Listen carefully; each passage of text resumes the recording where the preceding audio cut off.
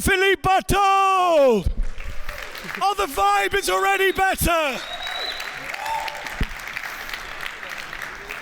Thank you, mate. Thank you, mate. Good morning, everyone. Thank you for joining me this morning. I will be talking briefly about Mytheresa. That's a company I'm working for. Mytheresa is an online retailer. We sell high-end luxury fashion for women. We started about 10 years ago. Today we have about 350,000 customers worldwide. And we sell a kind of a special good because it's very expensive. We have very high demanding customers. As I said, we started 10 years ago. Today we make about 300 million in online sales and enjoyed therefore in the last 10 years significant growth. We are available in 8 different languages. We ship to 140 different countries. And all of these things, in order to be so successful, takes various components, lots of different components to be successful. And I'm going to talk about one today. Certainly, another one is social media and marketing. So I highly recommend you guys to join my colleague this afternoon in a panel discussion at 5 o'clock to talk about influencer marketing. So how do you do influencer marketing? But I won't be talking about this. One of these key components to be so successful is obviously, stating the very obvious thing, to have a very successful, strong team. And the world is full of great advice. How do you shape and build a strong team? When I was preparing last week for the session, I just went through my Facebook feed. No, not my Facebook feed. If my Facebook feed would look like this, that would be quite sad. So through my LinkedIn feed, and you see all these notes. Probably it's similar in your feed, where you say you need to trust people, you need to empower people, you need to encourage people, you shouldn't micromanage people. I really like the one in the middle. It doesn't make sense to hire chess players and then treat them like chess pieces. So there's a lot out there which goes into this kind of direction. You need to empower people and drive them up in order to create this great level of responsibility and engagement. But what all these little snippets don't really tell you is how do you get started and what are the steps towards it. While we all have some idea how a really engaged, motivated team looks like, what is the first, the second, and the third step? So this is what I'll be talking today about. So therefore, I'm not going to talk about as my main role as a technology officer and looking after the technology of Mytheresa, but we will be climbing a mountain range of 6 mountains, and today I will be your Sherpa. Do we have any other Sherpas in the room? Any other people who like climbing, mountaineers? Great, awesome, a couple of them. You will enjoy this discussion. So. It's going to be a steep path, and we're going to climb these 6 different mountains. These are real mountains, and all the examples I give you, what we did in the past years, are real-life examples. So this is not by the book, so it's how we progressed into creating more self-managed teams. The first mountain, just you see the shape of it? Anybody has an idea which that mountain may be, the very one on the left? The mountaineers? Now rings a bell. Fuji, exactly. That's Mount Fuji. And what kind of mountain is that? Do you need to have like a lot of gear and training to get up there? How do people look like who get up on Mount Fuji? Well, they look more like this, right? They don't look like mountaineers because you can actually take a bus up there. So this is not mountaineering. This is not hardcore climbing. It's very simple to get up there. So if it's so easy and so simple, so let's look at the first step towards more self-managed teams. And let's call this basic coordination. So we have things like task distribution in there. That could be things you give a team an overall goal and say this is what you need to achieve, but how you do it within the team, we leave that to you. So this may be they pick their own tickets, they create their own characters, and within this team start to distribute the tasks themselves rather than a manager comes ahead and tells somebody exactly you need to do this and that. You sort of give that initial responsibility to the team. Another one, super simple and often underestimated, is space distribution. So where does everybody sit? And most of you probably know this is a kind of a sensitive topic, but you can easily give that to the team. So this is something we did. We printed out the plan of the office, gave the teams little balls and say, where do you want to sit? How do you want to distribute? And within 30 minutes, they come up with a certain distribution to say, this makes sense. Maybe we change spots. I like to sit more towards the kitchen. I don't like to sit close to the bathroom. But it's a very easy thing to do rather than dictating this, because dictating it often causes the opposite reaction, or people get unhappy about this. The last piece here is team identity. Sort of try to foster and build this identity. Who are you? What do you stand for? What are things which are important to you? And thereby also you create, more of a team identity, more of a feeling, who are we as a group? That's all sounds easy, right? That's a very easy step. So this is the bus mountain. Let's get on to the next one.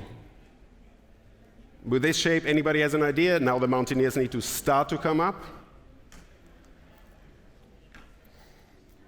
This one, Hawaii, is Mount Kea. And now we're talking about 4,200 meters. So no buses, but still somewhat easy to climb. So what can we do here? So now let's frame it more. We talk about work processes. You start to distribute to the teams to take more decisions. So it's more about, don't say people how to do things, but what to do things, and you focus much more on the outcome, and let the decision taking move more and more of the decision making into the teams. Next one, easy one, but also often underestimated, vacation time. So I'm sure there's still a bunch of managers out here who need to deal with vacation requests and feel like they add a lot of value to these kind of requests.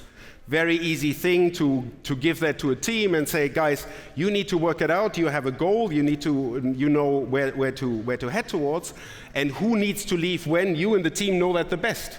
So just make sure nothing breaks down, and people will come up and feel empowered just to pick their vacation time and arrange among each other. Often people say, oh God, if you start to give vacation time to, or the decision, who's taking what kind of vacation time when, to the team, are they all going to leave over the heavy days? No, it's not going to happen, or I've never seen something like this. And it follows a very simple example. If you start to treat people like adults, they will behave like adults. And maybe then the most important piece, and this is going through the various mountains we will climb today, is feedback. And introducing feedback is of fundamental importance, but it is also a bit tricky to start to do this. So to use an analogy today, feedback is something which wakes you up, gets you going, there's a lot of energy in there. So we'll talk about different levels of caffeine when we look at feedback. So let's start very simple. This is the decaf version of feedback. And it's really there to give and encourage people to utter their opinion. Because every single time you're asked, and you're basically asked to say what you think, that is already driving an organization towards more of a feedback culture, and this is something you want to create. And the very simple version of this is you focus on positive feedback, so it's more like acknowledgement. Could be in a team meeting that people call out each other. I really thank Paul because Paul last week really helped me. So positive feedback and creating that kind of positive vibe on that. And there's nothing wrong with this. Nothing can really go wrong at this stage, but you start to encourage people to share their opinion, to share their views. Okay. Let's get to the next mountain. Now we talked about work. The next mountain, very famous. Anybody recognizes that mountain? Maybe this now? Which mountain that is? It's not too far from here. Mont Blanc, exactly. It's the Mont Blanc. So now we're talking about 4,800 meters we need to climb. Monte Bianco it's called here because we worked with a colleague and he's Italian, and he said, It's not called Mont Blanc, it's called Monte Bianco, so this is an acknowledgement to him. So we have the Italian version here. So 4,800 meters, it gets a little tough now. So again, no more buses. Now you need to be somewhat more trained to get up there. You don't have that much oxygen up there. If you start to walk around there, you need some form of good physical health. So trying to enforce the group and trying to introduce and let the group decide on certain processes, structures, memberships, and I'll talk more about the feedback. So processes. We worked, some of you may know the Management 3.0, the delegation boards, where you have various different tasks to say, okay, what is delegated to the team and how can a team start to take more decisions? So this could be something like, how do we want to run meetings? We're not going to show up at any meeting if we don't have an agenda before. Or if you want to use PowerPoint in a meeting, then you need to share the PowerPoint before, at least a day in advance. So various processes to say, how do you guys want to do this, rather than say, this is how you need to eat it or leave it. How do you create and allow more processes to be designed by the teams?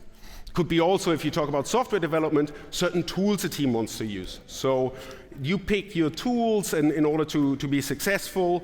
Or if you talk about agile software development, how long is your sprint? What kind of methodology do we want to follow? So allow the team to create more of the different processes. For example, we had one team who said, okay, in the beginning of each sprint, we really need to sit down and we're going to do a yoga session. So that's how they called it. So they locked themselves up in a big meeting room at the beginning of each sprint, put the yoga sign out there and say, okay, this is our time and we're going to be super focused on this and you cannot disturb us, you cannot interrupt us. So let the team decide and come up with these kind of ideas, and they feel really good and more empowered that they don't follow some kind of line of work or some kind of processes, but they have a say in what is a process we want to follow. And then put it forward. Which one do you see there? Okay. Structure. Structure is necessary because if you talk about self-management, it also means that a lot of decisions and work which a manager takes on shifts and is delegated more towards a team. And often it is, or it could be the case, that you lose structure. A very typical one is who takes a decision. So we had teams and where we say, okay, we keep on debating about the one topic, and he's for this one, he's for the other one. There are pros and cons, and you need to be careful that you don't fall into the trap of just having a debate club without moving truly forward. So what those teams did is, okay, screw this. We're going to appoint a decision maker. So for the next 2 months, you're going to take the decision. If we need a tiebreaker for some kind of bigger decision, so we'll appoint you, and in 3 months we decide again. But we need to be able to take decisions to move forward. Otherwise, we're just not getting anywhere. So appointing a decision maker maybe something. Membership. Who is in the team and who's not in the team, who should join the team, what kind of profiles are we looking for. Now we start to introduce the recruiting process. So the team should write the job profiles. The team should think about what kind of interviews do we want to do and who takes the final decision whether we hire or not hire a candidate. Also something which at this stage, after climbing the other mountains, is fairly straightforward to give to the teams. Regular feedback. So from this decaf simple version, and we're going to just call out the nice things which happen, we're going to introduce a bit more the regular coffee, so it's a bit more empowering and it's a bit more critical, and it also entails certain levels of critique or constructive feedback. It should be public, so it's not something which is anonymous, and there are various ways to do this. And I just picked one example, which we did, which is the Candice Feedback. These are actually the Candice we use for this. And this is not between individuals, but it's between teams. So every 4-6 weeks, each team gets a bunch of candies, and they need to give them to the other team, any of the other team. Very good process because, first of all, it enforces that the teams actually at one stage a month, they really need to sit down and think, what are the other guys doing? What did they work on the last couple of weeks? What was good? What was not so good? And the amount of candies is limited, so they can go ahead and say, okay, there are 5 people in there, so let's give 2 to everyone. Or they have maybe less and they overspend on one team, so now we get into the stage, some get more, some get less. It's still very simple to do and it should be public. It's clearly team A gave team B this amount of candies and there's an explanation for this. So it introduces two elements of feedback which are important. The one, it's a qualitative measure. So why does a certain team give to another team a number of candies or not? And the other one, there's also this quantitative element. So you can actually say, okay, this team got 100 candies, the other one just 70. So there is a bit of a comparison going on, and you get into what is the performance, non-performance, or less performance, and people take that seriously. So most teams then reflect on it, run retrospectives. This is the feedback we got, what could be improved, what could we do better, and thereby really get into this rhythm using this feedback. So when the first feedback is nice and you get some kind of appraisals, now it's something where you can act upon and which you can process and translate into your actual work. Not by a manager, not by the president of the company, but from team to the teams. Also what this is when we talk about feedback, it's not just the giving feedback, also receiving feedback is something an organization needs to be slowly introduced to. So how do you react to feedback? Do you take that serious, not serious? Can you really work with constructive feedback, or does then the big war break out? And this is what you need to carefully put forward. And we obviously pick candies in this example in order to have, there's this element of it's not so serious, and at the end of the day, everybody gets to eat candies. So that's nice on top of this. Sorry. Shit, we had 4,600 meters and still have a reception. So let's move on. Let's move on to the next mountain. Very famous one. Now moving to the southern hemisphere. Okay, this is Kilimanjaro. So anybody been up there? Nobody? So now we're getting into more serious climbing. So this is not anymore, we can do that on a weekend trip, or I'm somewhat fit, but you need to be properly trained. You need to have proper equipment. You need to have experience. You cannot just suddenly start to walk up there. So we're talking about 5,900 meters almost. So you need to be a little climber. A proper climber to get up there. So, what do we have here? We framed it as the governance of a team or of a more self-managed team. Accountability, budget, constitution, and then a more stronger version of the feedback. Governance. So, self-management is somewhat straightforward when you talk about a single team. But when you talk about multiple teams, or organization of multiple teams, you need to have more rules in place. You need to build this construct of how do we interact with other teams. So now it's not just the one team, but they need to start to decide, or teams need to decide, how do we actually collaborate and work together.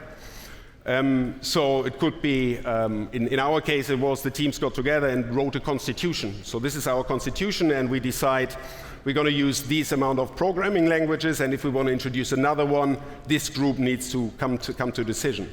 So besides from the one team can do whatever it wants, that's not what self-management is, but how do you build the structure around it? Or something like, okay, how do we do organize on-call? One member of each team still needs to be available at all times so that we can make sure that the overall product starts working or continues to work. Next one is accountability, and accountability is, I can put that on each one of the various steps. is because this is what you want to create, a feeling of acting responsible, and we start to care. We really start to worry about we're failing or not failing, and we are more involved in the success of the company or the failure of the company. So accountability also within a team is strongly connected to the feedback. So because the feedback is a mechanism which drives some of this accountability. So if one teammate just constantly comes late, doesn't show up to meetings, you need to enforce this in the feedback round that this is provided to the team member. So a team member knows, or it's being told to the team member, dude, like every day you come like this just doesn't work. So in order for us to succeed, you need to be here on time. And if your team says this, which you now build a identity with, where you now climbed a couple of mountains with, is something which is much more powerful and much, much stronger than you have one manager who checks who's here at 9 or 9:30. So if you have that in the group and give this together with a strong feedback, then you get a much better result and much more powerful result. Budget. That's where many people get scared about. What do you mean? You want to give the teams some form of budget? Well, we're not talking about giving them the key to the bank account of the company, but we're basically starting, how can you again enforce accountability and responsibility by also giving a team more financial responsibility? And you can start very simple. You can start with something like the training budget. We have a training budget, and guys, why is there should be one manager who decides, okay, he should go to this conference and that conference. No, you just give the budget, the training budget to the team, and they need to arrange among each other to say, okay, well, you went last time, this conference doesn't really make sense for us, or we can just take all the budget together and get a coach for a couple of days who trains us on something very specifically. It's very easy to start with these kind of simple ways, or team building budget, also very typical, where this is living somewhere in the organization and somebody takes care to create for the team, hopefully something they like. Very easy to give directly to the team and say, here guys, you have whatever, 100 euros each for the team, and you decide what you want to do, whether you want to go for pizza a couple of days, you want to go and rent a sailing boat, or whatever you want to do, but you start to introduce this financial aspect and again responsibility and accountability to the team. So strong feedback. What we had before, just sort of the positive one, anonymous. Now it was more public between various groups. Now we're talking about a form of feedback which is really strong and something which wakes you up. So this is not the coffee, this is the double espresso you're drinking here now. And that is a face-to-face feedback, and it could be weighted. So what could be an example? You all know, some of you may remember this series. And now you talk about a team which works well together, they climb to these mountains, they are very intimate with one another. And have a lot of good relationship. At this stage, you usually get to a stage where a team really functions and has a lot of respect for one another.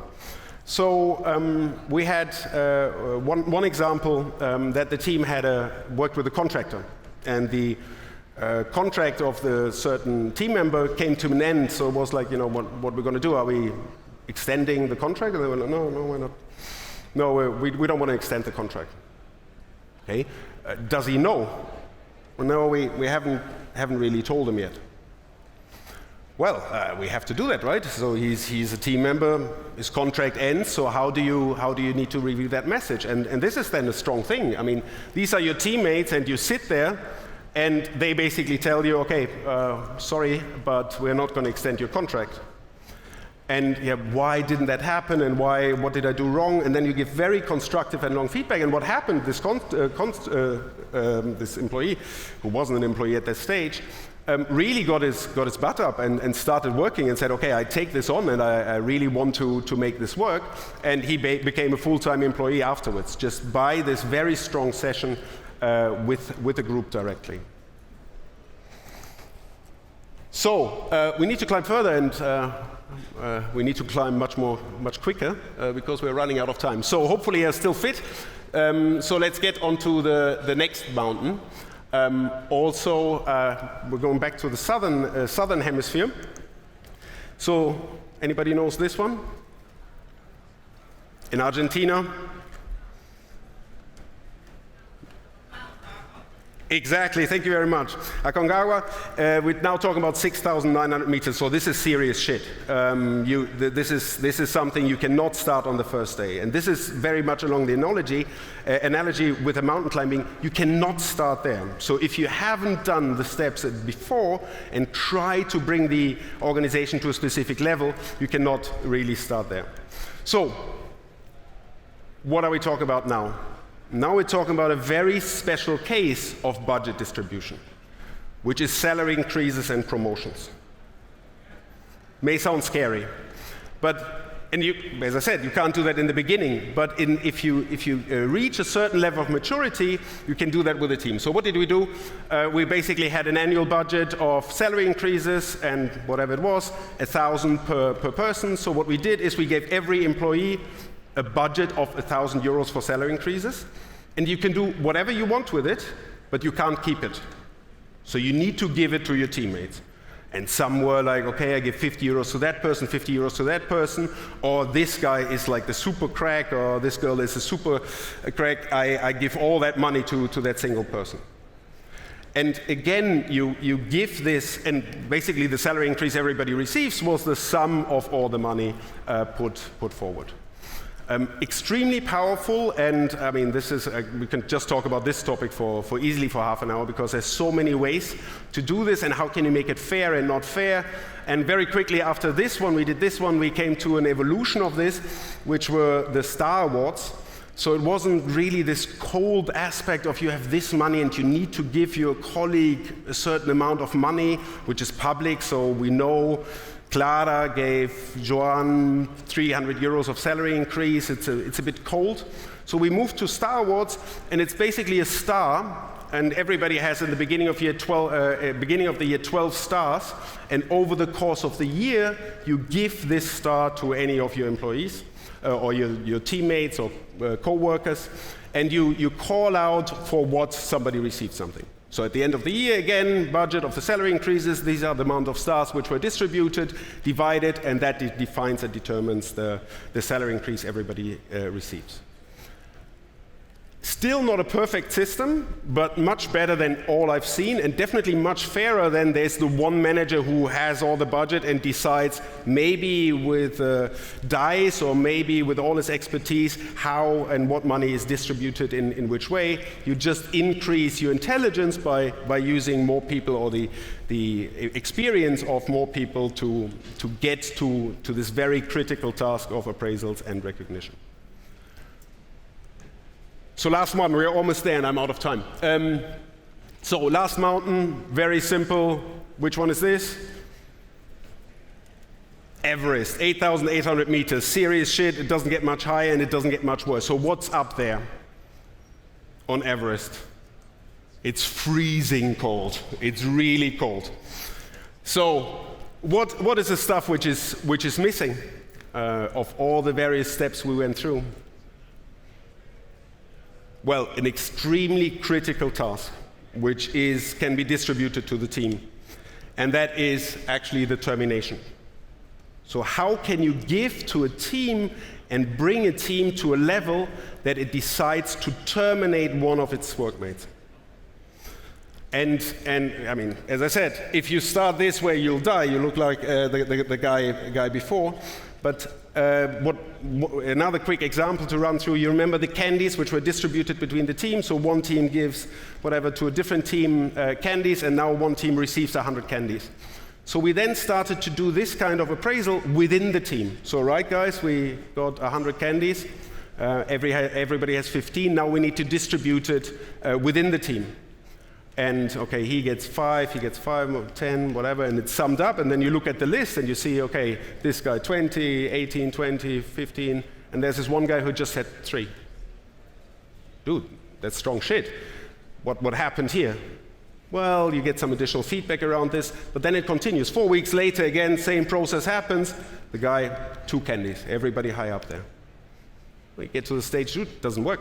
It doesn't work, doesn't make sense for us to continue with you in the team. From Monday, you're out. You're not in this team anymore.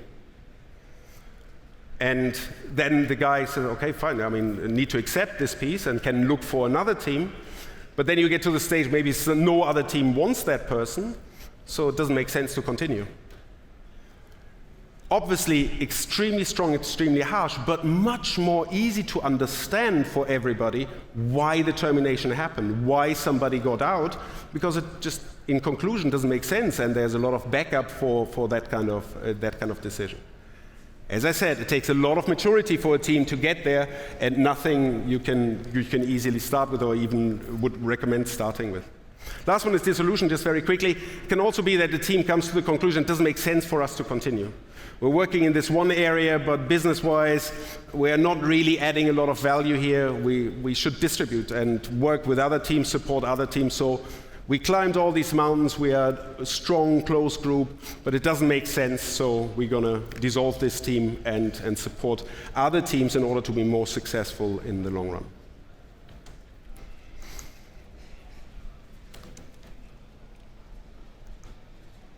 It's a hard path. And specifically, if you climb these mountains, it's not going to get easier. It gets harder the higher you get.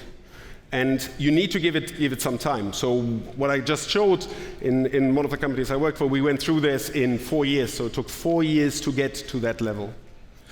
And do you have to go and do you need to go and climb mountains?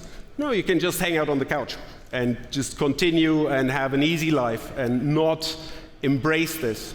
And in 4 years from now, you'll probably look still similar like this.